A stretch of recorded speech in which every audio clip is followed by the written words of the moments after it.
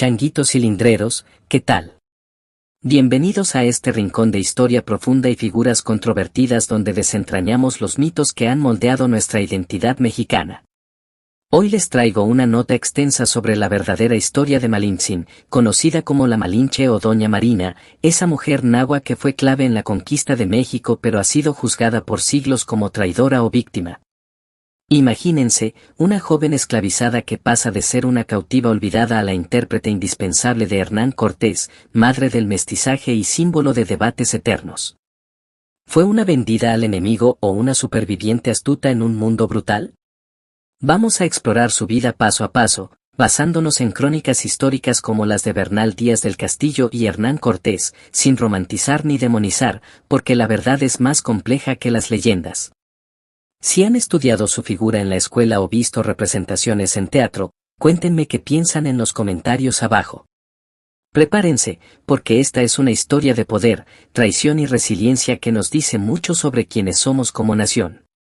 Para entender a Malintzin, hay que retroceder a sus orígenes en la sociedad prehispánica, un mundo de alianzas, guerras y esclavitud que no era para nada romántico. Nació alrededor del año 1500 en la región de Coatzacoalcos, en lo que hoy es Veracruz, México, en una familia noble nahua. Su nombre original era Malinali, que significa algo así como la que viene de la hierba o la de los yerbazales, un nombre común entre las mujeres de su etnia.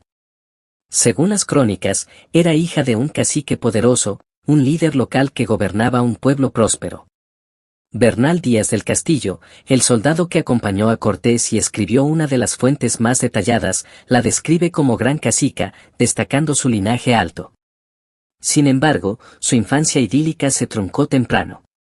Cuando era muy niña, su padre murió, y su madre, posiblemente para asegurar el poder del nuevo esposo, un noble de menor rango, la entregó o vendió como esclava a los mayas chontales de Tabasco.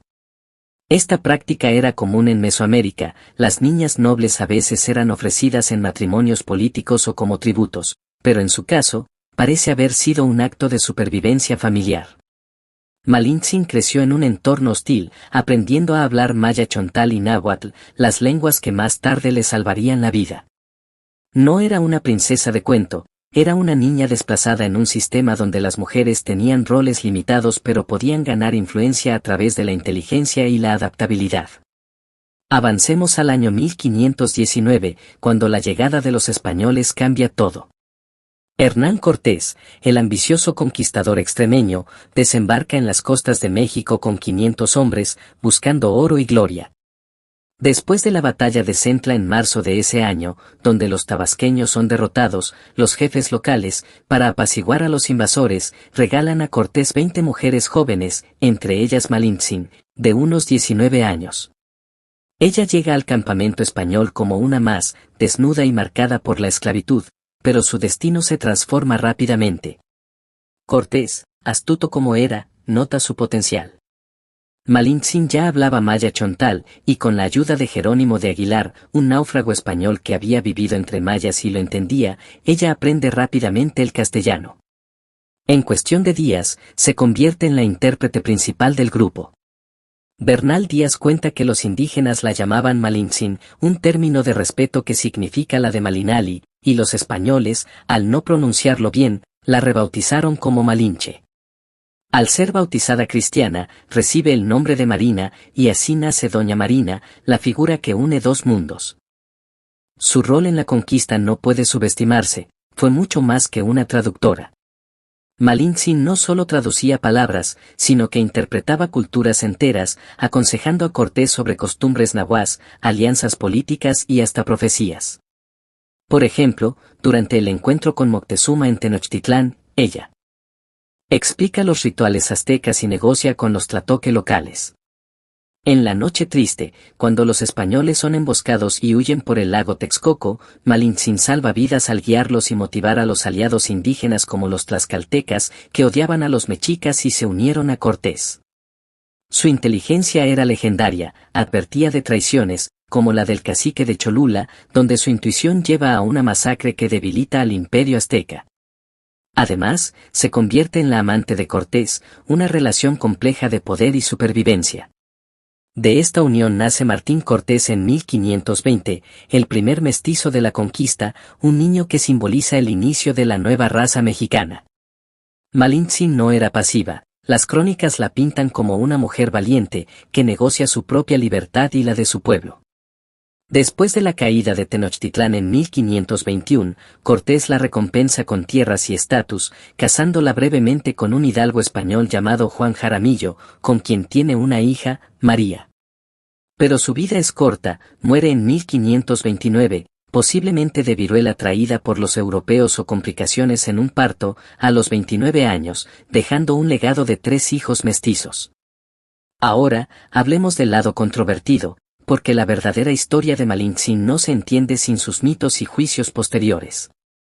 En la historia oficial mexicana del siglo XIX, impulsada por intelectuales como Octavio Paz en su ensayo El laberinto de la soledad, se la tacha de traidora, la madre de los chingados, símbolo del malinchismo, esa supuesta tendencia a preferir lo extranjero sobre lo propio. Esta visión patriarcal la culpa por la caída del imperio azteca, ignorando que fue una esclava sin agencia real, y que los mexicas ya estaban debilitados por guerras internas y enfermedades. Paz y otros la ven como la mujer que se vendió al conquistador, perpetuando un machismo que castiga a las mujeres por sobrevivir. Pero revisiones históricas modernas, como las de Camilla Townsend en su libro Molensen's Choices de 2003, la retratan como una agente activa, una mujer que usó su posición para proteger a su gente, negociar paces y asegurar un futuro mestizo. No era una traidora voluntaria, era una superviviente en un contexto donde las alianzas eran la norma. Los indígenas la respetaban como Malintzin-Tenepal, una diosa o profetisa, mientras que los españoles la idealizaban como la lengua leal. Su figura ha sido blanco de campañas nacionalistas postindependencia, donde se la demoniza para forjar una identidad antiespañola, pero en la era poscolonial, feministas como Gloria Anzaldúa en Borderlands /diagonal la frontera la reivindican como símbolo de la chicana, una mujer fronteriza que trasciende binarios. El impacto cultural de Malintzin es inmenso y sigue vivo en el 2025. En México, su imagen aparece en murales de Diego Rivera, donde es la madre indígena entregando el futuro a Cortés, o en teatro como la obra La Malinche de Vicente Leñero, que explora su psicología. En literatura, autores como Laura Esquivel en Malinche de 2006 la humanizan, mostrando su dolor y agencia. En el arte contemporáneo, exposiciones en el Museo Nacional de Antropología la presentan como precursora del feminismo indígena, destacando cómo mujeres como ella pavimentaron el camino para líderes modernas. En Estados Unidos, en comunidades chicanas, es un ícono de resistencia híbrida, celebrada en el Día de la Raza o en festivales como el de Aztlán. Pero no todo es positivo, en movimientos indigenistas radicales, aún se la critica como colaboracionista, ignorando que sin su mediación, la conquista habría sido más sangrienta. Estudios antropológicos del Instituto Nacional de Antropología e Historia enfatizan que Malintzin representa el mestizaje forzado pero también la resiliencia náhuatl, con su tumba en México Tenochtitlán como sitio de peregrinación simbólica. En el contexto actual, con debate sobre identidad en un México multicultural, su historia nos obliga a cuestionar narrativas binarias. ¿Es víctima o villana? La respuesta es ambas, una mujer atrapada en la historia que forjó nuestra pluralidad. Además, hay aspectos menos conocidos que enriquecen su verdadera historia. Malintzin no solo traducía, era una consejera estratégica. En la alianza con Tlaxcala, convenció a los líderes locales de unirse a los españoles contra Moctezuma, usando su conocimiento de las tensiones étnicas mesoamericanas. También participó en la fundación de ciudades como Villa Rica de la Vera Cruz, donde Cortés la nombra alcaldesa honoraria. Su relación con Cortés era de mutua dependencia, él necesitaba su inteligencia lingüística, ella su protección en un mundo de hombres armados. Después de su muerte, sus hijos mestizos enfrentan discriminación, pero Martín es educado en España y regresa como noble, ilustrando las complejidades del legado colonial. Historiadores como Matthew Rastall en Seven Myths of the Spanish Conquest desmontan mitos, mostrando que la conquista no fue solo obra de Cortés, sino de indígenas como Malintzin, que actuaban por venganzas locales o supervivencia. En el siglo XXI, con el auge de la historia de género, libros como La Malinche, From History to Myth de Anna Olanian exploran su voz silenciada, usando fuentes indígenas como el Códice Florentino para reconstruir su perspectiva. En el ámbito global, Malintzin se compara con otras mujeres intérpretes en conquistas, como Sacagawea en la exploración de Lewis y Clark, pero su rol fue más pivotal.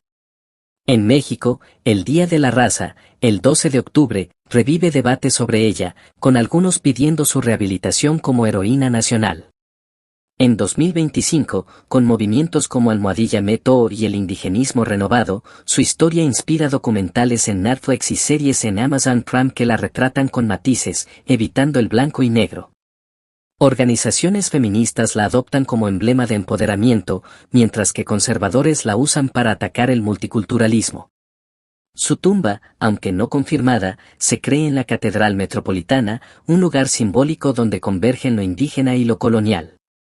En resumen, la verdadera historia de Malintzin no es la de una traidora simple ni una santa, es la de una mujer extraordinaria que navegó el caos de la conquista con astucia, dejando un legado de mestizaje que define a México. De esclava a confidente, su vida nos enseña sobre las complejidades de la supervivencia en tiempos de cambio. Reflexionemos, en lugar de juzgarla, celebremos su agencia en un mundo que no le dio opciones. Esta figura nos recuerda que la historia es escrita por los poderosos, pero las voces silenciadas como la suya resuenan eterno. Changuitos cilindreros, la información es poder.